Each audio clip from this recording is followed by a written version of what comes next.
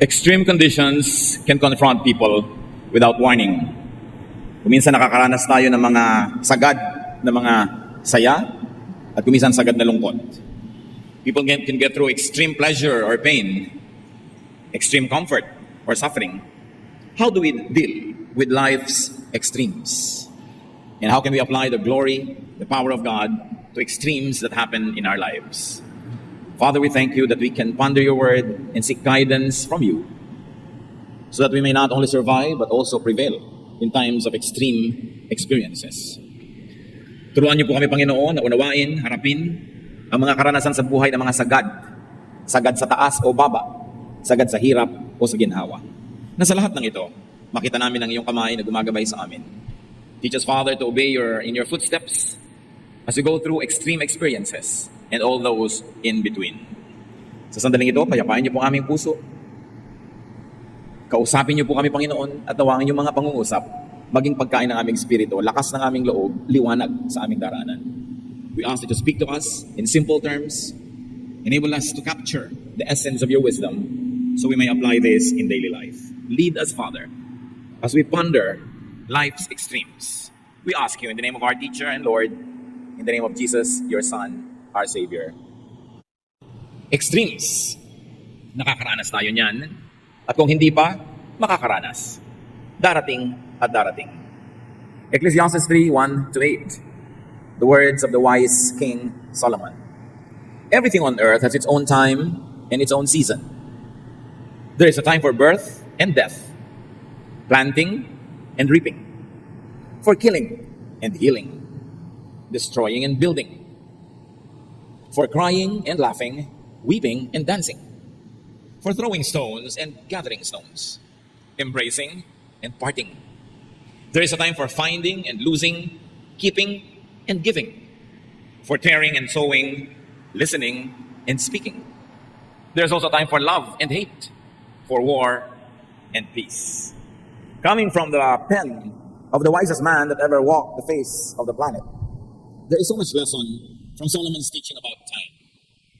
But life is made up of extremes and everything else in between. Hindi naman tayo laging nasa extreme. May gitna. Madalas nasa gitna, nasa pagitan ng mga extremes. At any given time, you are at some point between extremes or in extreme points themselves. And it's very clear that everything has its time. Ang pagdaan ng panahon ay parang nakasakay ka sa mga kamay ng orasan. Hindi pwedeng bumaba, dadaan sa dapat daanan, mararanasan ang dapat danasin. There is time for everything. Ecclesiastes 3:9-11. What do we gain by all our hard work? I have seen what difficult things God demands of us. God makes everything happen at the right time. Yet none of us can ever fully understand all He has done. And He puts questions in our minds about the past and the future. It takes a lot of reflection to be able to arrive at these observations. Kailangan mahaba na ang naging buhay mo. Hindi ka masyadong bata pa. Kailangan marami ka na ring buhay na nakita, napanood, sinuri, para masabi mo na wala namang katuturan ang maraming ginagawa ng tao, pero hindi mo naman maiwasan hindi gawin. Mahirap daw ang itinalagang buhay sa atin ng Diyos. May mga ginagawa siya sa tamang oras sa kanyang itinakda, pero hindi naman natin lagi naintindihan lahat. At binibigyan niya tayo ng mga tanong na hindi masagot-sagot, mga tanong tungkol sa nakaraan at sa panahong darating pa. And Solomon says that all that happens is designed, managed, allowed by God. Lahat. Pag sinabi mong even yung sakit ko, even yung nangyari sa aming difficulty, even yung tinatawag na sakuna, the Bible tells us that not a sparrow falls from the sky without God's permission. That even the number of our hairs are counted by God. Alam niya, nothing can happen without God's consent. Pag sinabing consent, anong kahulugan? It is usually by normal design. It's not usually personal or specific or isolated. Meaning, lumubog sa baha ang bahay nyo kasi nasa baha area kayo, nasa mababang lugar. Matagal na nakadesenyo na yung mababang lugar pupuntahan ng tubig. Hindi sinadya ng Diyos isang araw na isipin niyang lunurin ka o ilubog ang bahay mo o masira ang mga ari-arian mo. Kasi may bahay ka sa mababang lugar. Bumulan ng malakas, bumaha, matagal na yung law of gravity Matagal na yung law of water cycles. Matagal na yung law of the power of water. So, nagkataon na lumagay ka sa isang lugar na bahain. Hindi nakabuti sa'yo. Pero kung katulad ka ng Egypt noong unang panahon na yumayaman yung kanyang mga bukid dahil sa taon-taong pagbaha, nakakabuti sa'yo ang baha. Dahil dinadala ng baha yung mayayamang lupa at na-fertilize yung mga bukid ng Egypt. Lumindol, gumuho ang bahay mo, kasi konkreto. Matagal nang dinetermine ng batas ng kalikasan, ang konkreto ay maaaring gumuho. Dahil pinagpapatong-patong lang yan at dinidikit-dikit ng semento. Kung ang bahay mo ba naman ay kubo, hindi pwedeng gumuho yun kahit anong lindol. Pero yung kasi ang bahay mo, nung oras ng lindol, nangyari sa'yo. Nagkaroon ka ng sakit sa baga, kasi naman, nato pa sa lugar na may manghahawa sa'yo, sa oras na nakakahawa siya, at natanggap mo yon, meron kanyan. Ang ibig natin sabihin mga kapatid, na normal design, at hindi personal and specific, hindi nag-iisip ang Diyos kada minuto kung sinong bibigyan ng sakit, sinong papagalingin, sinong masusunog, sinong hindi masusunog, sinong malulugi, sinong tutubo sa negosyo. Kasi marami ng batas ang kalikasan, marami ng batas ang pakikipagtalastasan ng tao sa mga halaman, sa mga hayop, sa laws of gravity and laws of nature. Kaya nangyayari ang mga nangyayari. At sabi sa verse 9 ni Solomon, what do we gain by all our hard work? Hard work at what? No one gains anything, especially by working hard in trying to defy this arrangement. In trying to defy what happened, what will happen, or what is happening. Marami daw nasayang na oras, lakas, panahon, kung wala tayong gagawin kundi makipagtunggali, lumaban sa hindi naman pwedeng labanan. Pipilitin nating palitan yung nangyari na, o naapi ka na nung bata ka, hindi na pwedeng palitan. Hindi mo na mapapalitan, pero pwede mong palitan yung attitude mo ngayon. Nalugi na kayo, naubos na yung pera mo, kahit bangayan kayo mag-asawa, magsisihan, nalugi na kayo, hindi nyo na mapapalitan yung tapos na. Yung iba naman, nag-aalala ko anong darating pa. Parang hindi pa sapat yung mga problema ngayong araw na to, iniisip pa yung mga hindi pa nga dumarating. Samantalang hindi mo naman alam kung paano darating, o kung darating nga ba. At kung dumating, anong korte, anong weight, anong shape, anong color, hindi mo naman alam. Kasi sayang ng mga oras sa pakikipagtunggali. Hindi ka pwede makipagtunggali sa kahapon kasi tapos na yon, hindi ka pwede makipagyera sa darating pa dahil wala pa siya. At ang pwede mo pa lamang nasalihan yung ngayon. At ganun pa man, maraming hindi ka rin pwedeng ibahin. May pwedeng maiba. Yung correct participation, when you have the correct preparation and approach and method and tools. But all that don't guarantee that you could change the course of what's happening. So ang sinasabi ni Solomon, you want to be happy, you want to be comfortable, don't work hard to go against times, trends, natural results of events, momentum. Pag meron talaga isang sumisikat, papayaman, hindi mo talaga makontra. So huwag ka na mangontra. Kumbaga, sa layag ng kanyang bangka, doon umiihip ang hangin. So siya ang nakakarating kung saan-saan. The trade winds are blowing her direction. What's the point in trying to fight that? Yung mga trend, yung mga sobrang sentimental, laging nakatali sa kahapon, walang gustong gawin kundi i-revive yung tapos na. May iba ng trend eh. Nakakapagod create ng artificial situation just to be able to bring back what is gone. Even trends in clothes and fashion, trends in music, trends in architecture, trends in many kinds of traditions. What is gone is gone. And those who are overly romantic will have quixotic dreams of trying to revive what is dead. Mapapagod lang sila lagi. So yung mga sentimental, laging malungkot, laging pagod, laging pinipilit pa usuhin yung hindi na uso. Of course, there are some things that you have to keep reviving because they give you anchor, because they give you direction. But there are things that you really have to let go kasi tapos na. Tama na yung the good old days, tapos na yun. You will only feel miserable when you continue to long for what isn't there. So don't work hard to insist on avoiding what is unavoidable. Katulad halimbawa ng pagtanda. Siyempre tatanda ka. Katulad ng kamatayan. Siyempre naman mamamatay ka. Gusto mo ba naman 2,000 years old ka na? Biodata mo, 2,000 years old. Ano ka, pyramid? Do not insist on having what cannot be had. Yung pag-ibig, gustong-gusto mo siya, parang ayaw sa'yo eh. Kaya lubayan mo siya. Tanggapin mo kung anong meron ka. Make do with what is there and available. Don't look before and after and pine for what is not. Sabi nga ni Percy Bysshe Shelley. Hindi lagi ang hinahanap ay wala. Pagka nasa malamig na country, ang lamig naman. Gusto mainit. Pag nasa mainit na country, ang init naman, gusto malamig. Hindi ka nasasaya kahit kailan. Pag hindi ka marunong sumakay, dun sa kung ano yung nandun. Naku, kung mayaman lang tayo, hindi ka nga mayaman, kaya tigilan mo. Pag yaman mo na, tsaka mo isipin yung mga iniisip mo. Ang asikasuhin mo ngayon, yung karalitaan mo. Baka mapagod sa'yo, layasan ka, yumaman ka. Don't insist on stopping what is unstoppable. Kung minsan may mga tao na unstoppable sa karir nila, haharangan mo, masasagasaan ka lang. Even Chinese military people say, do not resist momentum. You will only suffer. Don't insist on doing what is undoable at the time. Ano yung mga undoable at the time? Don't insist on fighting what cannot be fought. Being born and dying. Tulad ng nabasa na natin. Yung ipapanganak, hayaan mong ipanganak. Kay tao yon, kay pusa, kay ideya. Huwag mo nang pigilin, ipapanganak talaga yon. Even ideas. At yung mamamatay na, payagan mo namang mamatay. Kasi, nakashare na siya sa buhay. Kaya yung mamamatay na yon ay halaman, matanda na eh. O pet, o isang pangarap, isang tradisyon, isang uso, panahon. At kumisan masakit man, kahit tao. Kung talagang nakatakda na, luwagan mo ang kalooban mo at pakawalan. May mga hindi dapat labanan yung panahon ng planting and harvesting. Para madalian ka sa buhay, magtanim ka kung planting season. Kakampi mo yung nature, kakampi mo yung ulan, kakampi mo lahat. At panahon ng harvest, mag-harvest ka, huwag later. Alam niyo ang mga farmers, they harvest at the right time, lalo palay. Kasi pag hindi ka nag-harvest ngayon, nag-harvest na yung mga katabi mo, lahat ng daga ng bukid lilipat sa field mo kasi sa'yo na lang may natira. Ubus ng daga ang yung harvest. Kaya pag may nag-harvest, sabay-sabay. Kasi harvest time. Pag may nag-plant, sabay-sabay. Kasi doon tama yung panahon, tama yung klima. May panahon.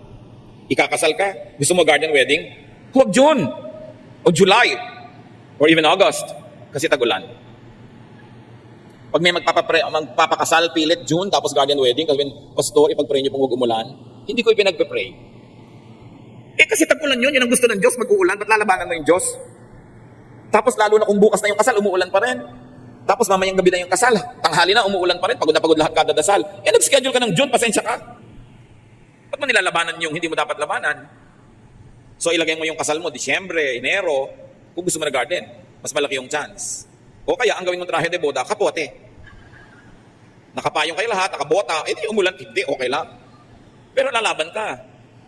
May panahon ng killing daw or healing. Like killing germs. Siyempre, dapat pinapatay mo yan, di ba? May panahon din killing your own desires. Kasi wala sa lugar, wala sa panahon. May panahon din ng pagpapagaling. Times for destroying and building. Hindi na pwede, condemned na, it is to be destroyed. You have to build again. Be that a material thing or an idea. There's a time for crying or laughing. Pagka nakakaiyak, di umiyak ka. Ang hirap-hirap nung namatayan, ayaw umiyak dahil Christian. May ganun ba? Kasi ina-expect pag Christian, hindi umiiyak. Parang hindi yata realistic yun. Nalulungkot ka, di umiyak ka, ang hiragatang labanan yung luha para sasabog ang dibdib mo. At nasubukan niyo ba magpigil ng tawa dahil wala kayong kasama? Pero ang daming tao, tapos natatawa kayo. Ba't yung pipigil? Tumawa kayo, malay nyo, makitawa yung iba. Sa natatawa ka eh. Huwag mo lang sobrang lakasan, baka ipadala ka sa Mandaluyong. There's a time for weeping, for dancing, for throwing and gathering stones, for embracing, may mga tamang oras yan, and parting. Hindi yung kailan tamang-tamang mag-embrace, pinipigil mo yung sarili mo, tapos kung kailan naghihiwalay, doon mo rin pinipigil ang sarili mo. Kalaban ng panahon. There's a time for finding what is lost. And there's a time for consigning it to permanent loss. Wala na talaga. Where is the feeling? Wala na eh. Huwag lalabanan yung oras for keeping what must be given away or what must be given up. Kung nangangarap ka, may panahon para tumigil na. Lalo yung mga nagsusugal. Ay, next time mananalo na ako. Next time mananalo na ako, kaya lumubog ng lumubog. Pagka nakakahalata ka na may trend na natatalo ka in anything, tama na. Hindi mo panahon. Ano man yun? Kaya negosyo. Ilang beses ka na nagpipilit sa ganitong negosyo, makiramdam ka rin. Pero hindi mo rin alam kung sa ika-4 pala doon ka magsasucceed. Kaya kailangan mo talaga yung wisdom coming from the Spirit. But read the signs around you because the signs will tell you. There's a time of giving when your gift is unwelcome. Don't fight that. Don't give an unwelcome gift. Unwelcome ang iyong iniluluhog na pag-ibig, di huwag mong ipilit. Unwelcome ang suggestion mo, huwag mong ipilit. There's a time for tearing, for sowing, mga metaphors. May panahon ng pagpilas, may panahon ng pagsulsi. For listening and speaking. Huwag niyong pabaligtarin kung kailan dapat makinig, doon nagdadaldal. Kung kailan dapat magsalita, doon ayaw magsalita, baliktad. And there's a time for loving and hating the right objects. Hating and love, a time for having war or peace. You can go on and on and on, but I think that Solomon has given up enough examples na lahat ng maiisip natin sa buhay ng mga contradictions and extremes, represented na ng mga sinabi niya. Ang point, merong panahon para sa extreme left, meron para sa extreme right. Meron para sa extremely low, extremely high, extremely cold, extremely hot. May ganung panahon. Ang buhay nga naman daw ay weather lang. Panahon. Uso siya, di hayaan mo. Hintayin mo yung uso mo. God makes everything happen at the right time. Sabi mo, at the right time? Ang bata-bata pa niya, namatay na, right time ba yun? Kahit naman matanda na, ayaw mo pa rin, di ba? Alam mo, right time ba yung, marami tayong mga ganyan na tanong, parang mali ang timing ng Diyos. Parang mali ang timing nangyayari sa buhay natin. But Solomon, wiser than all of us, says, God makes everything happen at the right time. Tama ang nangyayari kahit sa tingin ng tao ay mali ito. Kahit mahirap, kahit masakit. Verse 11, yet none of us can ever fully understand all He has done. Ganun na lang ang tanggapin natin, that humans cannot fully comprehend, will not always agree with God's deeds and timing, but it does not make God wrong. We're just limited and we cannot understand. Isaiah 55:8, the Lord says, my thoughts and my ways are not like yours. Iba ako mag-isip kaysa sa inyo, iba ang pamamaraan ko sa pamamaraan nyo. So ang tao na mababawasan ang hirap, madadagdagan ang luwag sa buhay, yung taong ride lang sa panahon. Panahon na malungkot ang pamilya natin o di malungkot tayo, huwag nating piliting mag-OA at magkunwaring masaya. Panahon ng kasiyahan, di magsaya tayo. Panahon ng hirap, magtipid. Panahon ng luwag, di mamuhay ng magtamasa ng sarap sa buhay at mag-share sa iba. Panahon na may pagkakamali, magdusa, ituwid ang sarili. Panahon na nagtanim ka ng tama, di aani ka ng tama. Even when it comes to extremes in knowledge, faith and belief, ng sarili mo o ng ibang tao, ride lang. Iba-iba kasing panahon Kuminsan yung kapatid mo, extremely religious. Hayaan mo lang siya, huwag mo kontrahin. Huhupa din yan. Wala namang lagnat na lagi mataas. Nagno-normalize din. Ang hilig-hilig ngayon ng anak mo sa ganitong music, hayaan mo lang. A few months, a few years, lilipas din yan. Ang mga gusto, naiiba rin. Kahit nga pag-ibig, kumukupas pagka hindi naalagaan.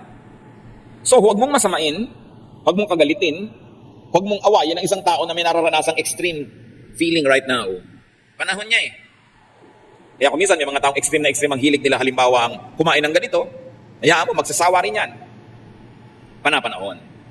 Because nothing is permanent.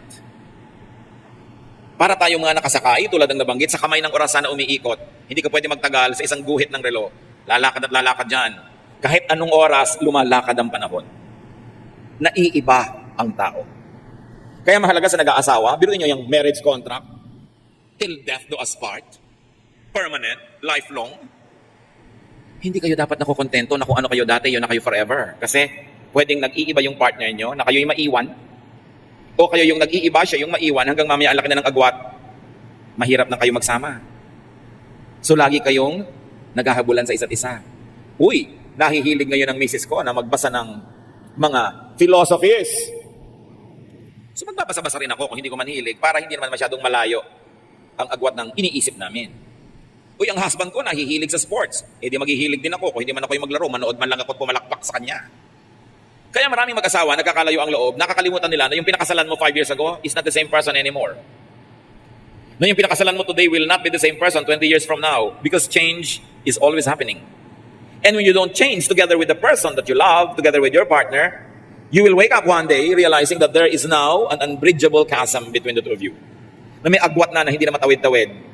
Magkasama na lang yung katawan nyo sa isang bubong pero magkalayo na ang inyong isip at dahil doon, magkalayo na ang inyong puso. May pananagutan ng pag-aasawa. You keep abreast with your partner. Kung ang bilis mo, medyo magbagal ka, hintayin mo siya. Ang bagal mo, magbilis-bilis ka para magsabay kayo, hindi man eksakto, pero hindi malayo. Napapalitan. Tulad ng masyadong mga hot na hot sa pagiging Christian nila, ng mga bagong Christians. Talagang gusto makipagdebate sa lahat ng debate, gusto talaga iligtas ang lahat ng tao sa planeta. Panahon. And then humuhupa-hupa rin, nagno-normalize. Kung nangyayari sa kapwa nyo, lalo sa mahal nyo sa buhay na nasa extreme ngayon, sakyan nyo lang. Huwag niyong banggain kasi may momentum, may energy.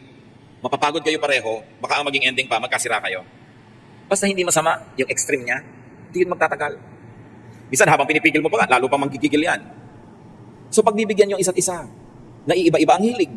Naiiba-iba dahil naglalayag ang kaalaman, ang awareness from point A to point B. Pagdating sa point B, lilipat naman yun sa point C. Walang katapusang lipat yan. And it's exciting. It makes people more interesting. You don't meet a cousin for 2 or 3 years and afterwards, realize mo, wow, may naitayo pala siyang monumento. May kinarve pala siya na sculpture. May nilikha pala siyang awit o kanta. May naimbento siyang recipe. May naiba. It makes life very interesting. Hindi mo lang dapat asahan na, ay, nagbago na siya. Hindi na siya ma-reach. Natural dapat siya magbago. Kung sobra ka na pag-iwanan, ayaw mo magbago yung mga tao para hindi makitang ibang-iba sila kaysa sa'yo. Kaya dapat ini-improve mo rin yung sarili mo. Kung hindi mo na ma-reach yung tao dahil umasenso, problema mo yun, hindi mo na pa-asenso yung sarili mo. Kasi kung umasenso ka rin, edi magkaka-reach saan pa rin kayo. Hindi mo ma-reach dahil mataas ang narating niya, ikaw wala narating. Tapos mamasamain mo, nag-iba na siya. Hindi na ma-reach, kailangan pa may appointment. Yung mga reklamo yan, ang mga naiinggit na kamag-anak, yung kailangan pa may appointment. Pero pwede mo sabihin, wow, big time na talaga yung pinsan natin, kailangan makipag-appointment tayo kasi ang dami niyang mahalagang ginagawa, hindi pwede masakalad ka rin. Kung positive ang attitude mo, ikakatuwa mo yun. Lalo mahal mo sa buhay yung hindi na ma-reach. Sa lagay, tuwa ka na walang nangyari sa buhay niya, kung gano'n siya ka-available kahit anong oras noon, ganun pa rin ngayon. May extremes. Some people become successful in the extremes. So huwag harangin. Huwag pigilan, huwag labanan ang hindi dapat labanan. Kahit kung minsan anong ingat mo, nakakasakit ka rin. Pero mabuti na yung nag-iingat.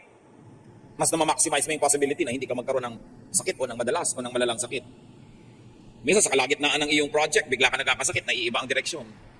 Anong gagawin mo doon? May solusyon si Solomon. Sa mga bagay na hindi mo mapigil, hindi mo mapilit, hindi mo maiba, hindi mo makontrol, ano gagawin mo? Ecclesiastes 3:12-13, I know the best thing we can do is to always enjoy life. Because God's gift to us is the happiness we get from our food and drink and from the work we do. Sabi niya, alam niyo, para kayo mag-enjoy sa buhay, kahit maraming extremes, maraming danger, maraming changes, huwag niyong kalimutan na magkaroon ng simple joys. Sabi niya, dapat enjoy lang ang buhay. Kasi basic naman na meron kang food and drink. Kasi kung wala, di namatay ka na, di wala ka ng problema kung patay ka na. So, lagi kang may food and drink at lagi kang may ginagawa. Kahit wala kuminsan, yung dalawang paa mo hindi makalakad, di magagawa pa rin yung kamay mo, may nagagawa ka lagi. Sabi ni Solomon, itong sikreto. To protect yourself, to insulate yourself from extremes. To protect yourself from dreams not happening, from expectations not being met. To protect yourself from the impatience in waiting for the big break. Sabi niya, enjoyin niyo yung pinaka-simple things. Enjoy eating. Enjoy drinking. And enjoy whatever you do. Kaya sabi sa New Testament, whatever your hands find to do it as unto the Lord. Pag may ginagawa ka, enjoyin mo. Ano man yun. Kahit taga-abot ka ng ticket sa toll gate. Kahit merong nawawala ng preno, alak-laking truck na patungo sa'yo. Sabi mo, Diyos ko, alam kong ito, protect niyo ako. Kaya nga maraming harang-harang doon dahil lagi silang pinupuntahan ng truck. Di ba? Tapos abot ka ng abot, humahaba na yung kanan mong kamay. Diyos ko, pwede ko nang abutin ng prutas sa aming bakuran. There's always something good in whatever's happening. Pero kung magrereklamo ka sa ginagawa mo, hindi naman pwede, hindi ka magtrabaho, tapos hate mo yung trabaho mo, nagagalit ka every minute, hindi ikaw ang lugi. Meron akong kilala, nagtrabaho sa Middle East, inip na inip, especially nung first 2 weeks. Yan ang pinakamahirap, first 2 weeks. Nasa opisina siya, wala naman masyadong ginagawa, mabuti sana kung busy. Alam niyo yung ginawa niyang libangan? Pinapanood niya yung relo. Kinumpute niya kung magkano niya sweldo a month. At nai-assign niya kung magkano kita niya per minute. Pagpalagay mo $1 per minute. Tuwing nakaka 1 minutes niya, $1. Nakaka $2. Napalipas siya maghapon ng kami, uy, gumadami pera ko. Umiimbento ka ng saya.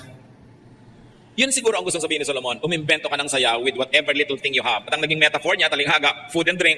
Dahil lagi naman may food and drink, kasi nga kung wala nun, hindi patay ka na. So enjoyin mo kung ano yung nandun. Enjoyin mo kung anong trabaho mo. Make the most of what time gives and what time allows. May sakit ka, kailangan mo magpagaling ng 1 buwan sa ospital o sa kama. Magrereklamo ka, edi lumungkot ka lalo. Pwede ka mag-isip ngayon, ano ba may enjoy ko habang nakahiga rito? Anong pwede kong gawing aliwan? Anong pwede kong gawing project? Alam ko na. Ipagpe-pray ko lahat ng naging classmate ko mula nung kindergarten. Iisa-isahin ko mga pangalan nila. O di siguro, bago mo maubos yung, galing ka na. Ikaw ipagpe-pray mo pa lahat ng kamag-anak mo. That's the least you can do. Be still and pray. And even that is worship. Even that is ministry. Ikaw yung kamay mo, pwede pa mag-drawing. Nakakapag-computer ka pa, makakapag-Facebook ka pa halimbawa. Pwede ka mag-text. Ang daming nakagawa ng tao. Bakit magre-reklamo kang, ang hirap ng kalagayan? Nakita niyo yung mga nakakulong sa mga bilibid, sa dami ng oras nila, nakakagawa ng barko sa loob ng bote. Magagawa niyo ba yan kung malaya kayo? No. So, hahanap ka. Dapat gumawa ka ng paraan para ka sumaya. Pag malungkot ka ng 1 oras, 2 oras, baka hindi mo kasalanan. Pero pag 1 linggo na yan, may pananagutan ka na. 1 buwan ka ng malungkot, ikaw na ngayon ang nagpapaperpetuate ng lungkot mo. Kailangan itaboy mo yan. Kailangan may gawin ka. Ibahin mo iniisip mo, ibahin mo kinakain mo, ibahin mo yung routine mo, ibahin mo takbo ng iyong utak. Pero hindi pwede na magrereklamo ka lang na magrereklamo. Sayang ang panahon. Sayang ang oras. So find enjoyable work when you can. Or when you cannot choose your work, find enjoyment at work. Isa lang yan, umimbento ka ng saya. Saan ka man naroon? Enjoy the seasons. Kung nasa bansa ka na 4 seasons, huwag ka magreklamo. Ay, pollen time na naman, magkaka-allergy na naman ako. Find a reason to enjoy the season. Kasi hindi mo naman kayang palitan. Pwede ka namang tanungin, ano, papalitan mo ba yung weather? Kaya mo? Hindi. Eh di palitan mo lang yung attitude mo. Bakit ka makikipaglaban sa hindi mo kaya? Enjoy the climate. Enjoy the weather. When you anchor your happiness on the weather, kawawa ka. Kasi paiba-iba yun. Kaya ano man ang mangyari, maghanap ka ng ikakasaya. Kahit kuminsan extreme, kuminsan ipinaglalaban mo halimbawa, mahal sa buhay na nag-aagaw buhay, nasa ospital, ang tagal-tagal ng gamutan.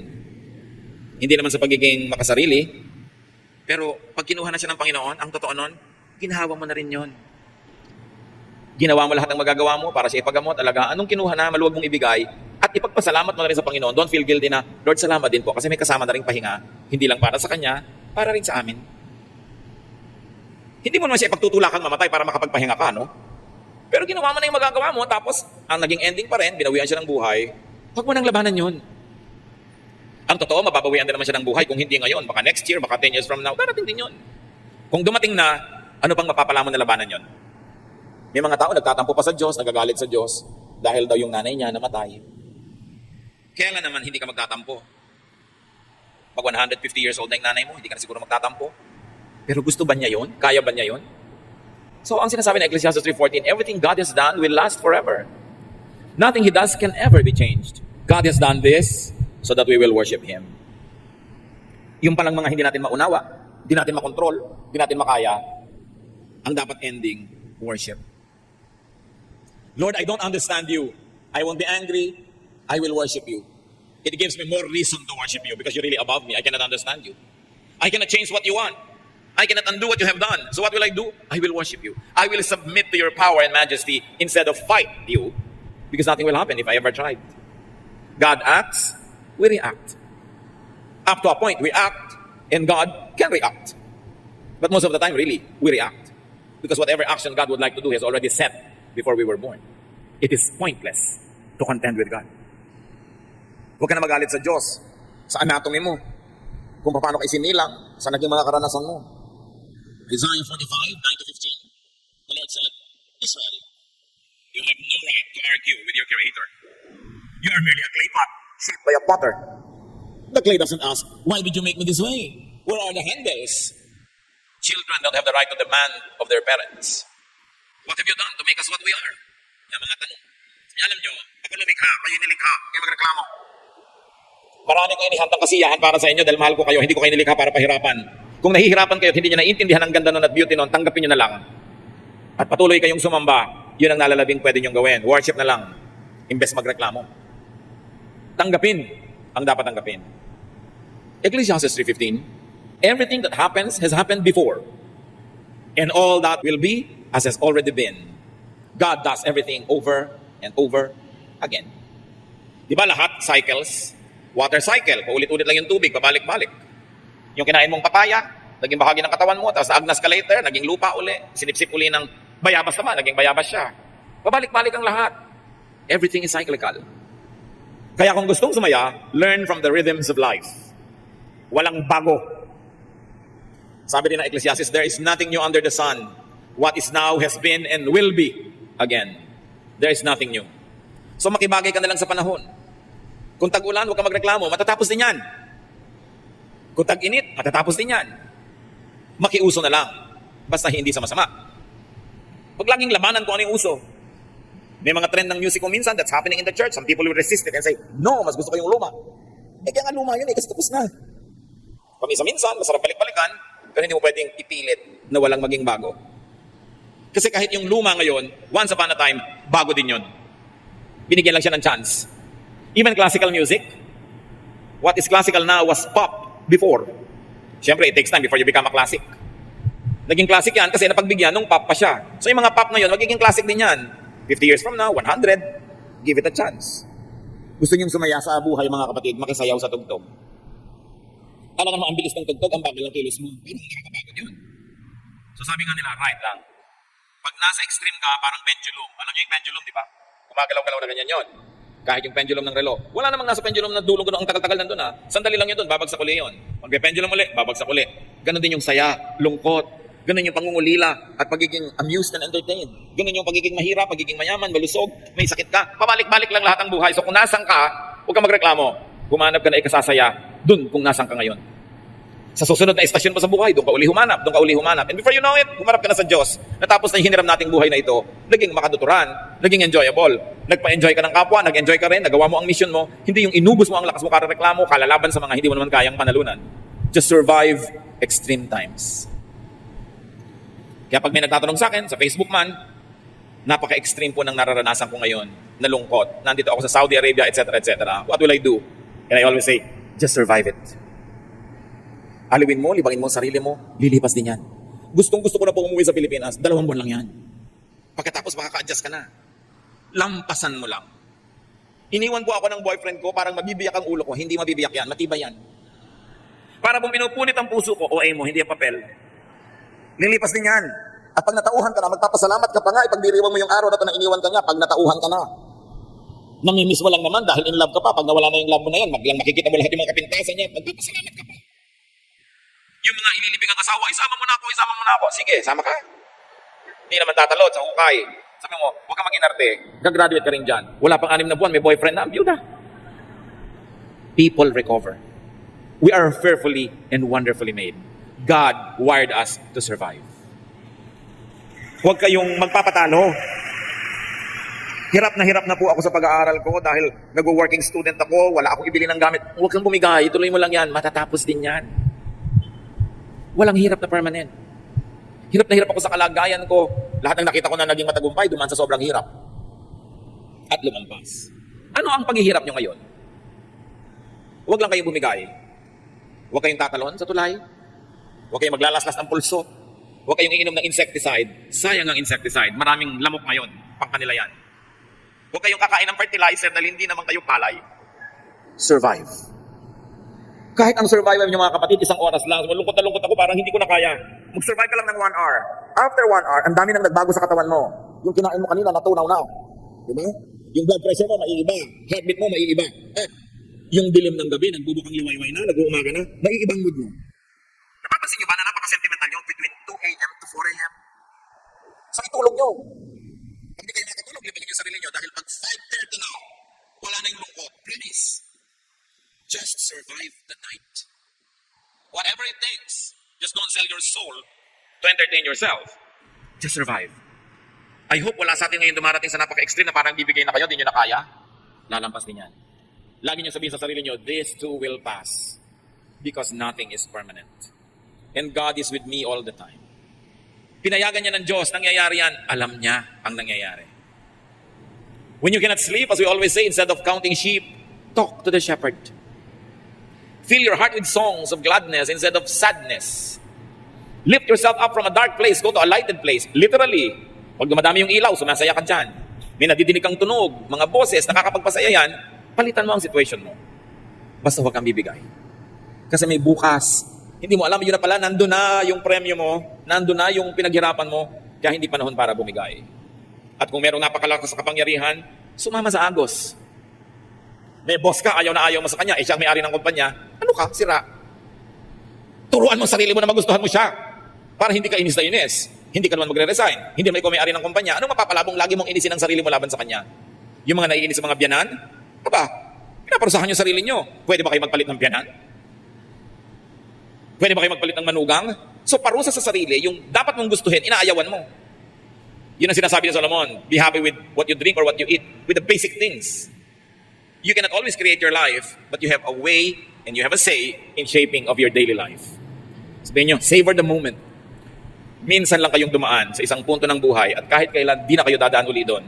Lugi naman kayo kung puro lungkot, puro reklamo at hirap lang ang naaalala nyo tungkol doon. Maghanap ng saya. Nasiraan yung bus, papunta kayo ng Tarlac, Maghanap kayo ng tindahan ng halo-halo, manguyakoy kayo habang nire-repair, kaysa magreklamo kayo sa buhay. Laging wala yung asawa nyo, miss na miss nyo, samantalahin nyo para makapag-ayos kayo ng bahay, makapag-ayos. Hindi yung lagi kayong miss ng miss ng miss. Wala naman, anong gagawin ninyo? So pag nandyan na, i-drop nyo na lahat ng gagawin nyo dahil nandyan siya. Pero habang wala, be productive. You've got to do something. Nilikha tayo ng Diyos sa may utak. The resilience of our will, the power of the Spirit within us. You were not created by God to be defeated by extreme conditions. You were created by God to be victorious, to prevail in the name of God and to give glory to His name because He is victorious. And His people are destined for great things. Just don't let the little details impede you or stop you. Don't be defeatist. Huwag kayong patalo. Every situation, pwede kayong manalo. Dear God, we thank you that you are you and you made us who we are. Dalangin namin kung may mga kapatid kami, Panginoon, ngayon na nahihirapan. Hindi naman sa mamaliitin ang paghihirap nila, pero ipakita mong mas marami pa naghihirap at nag-survive. At marami nang dumaan sa dinaanan nila at nakalampas. Hindi dahilan para maging casualty kami. Turuan mo kami, Lord, to have a winner's attitude. Na hindi kami mga api at kawawa, kundi kami mga victorious people. And you have given us the willpower, the spirit, the tools to prevail. Tulutan mo kami, Panginoon, na makarealize na ang buhay ay regalo. That life is a gift. It's not to be complained about, but it is to be enjoyed, to be shared, to be cherished. At sa mga taong gusto nang bumigay sa buhay, may mga nagpapakamatay pa, ituro mo sa amin, Lord, that we have a lot of time to be dead. So while we are alive, we should savor every minute of it. Teach us. And teach us also, Lord, to be sensitive to people who are suffering, people who go through extremes. Kung minsan sa pagmamadali namin, nawawala kami ng panahon na pansinin sila. Make us sensitive so we can minister to those who are suffering and those who are weakened by their experiences. At lalo na sa mga panahon na malakas kami, turuan mo kami maghanap ng mga nanghihinang matutulungan. At sa panahon na aming panghihina, maalala namin kung sino kayo at magpadala rin kayo ng mga kapwa-tao naming tutulong sa amin at nang malampasan namin ang ganito mga hirap. Father, thank you for the opportunity to prevail, to win over situations and extremes. At sa times of extreme comfort, extreme wealth, extreme happiness, make us sensitive to the needy so we can share with them what you give us in excess. Pagbulay-bulayan natin mga kapatid ang personal applications. Never give up, never say never. You are God's people. The Spirit is in you. You will prevail. Dear Lord, in silence, guide us how we can apply these things in daily life.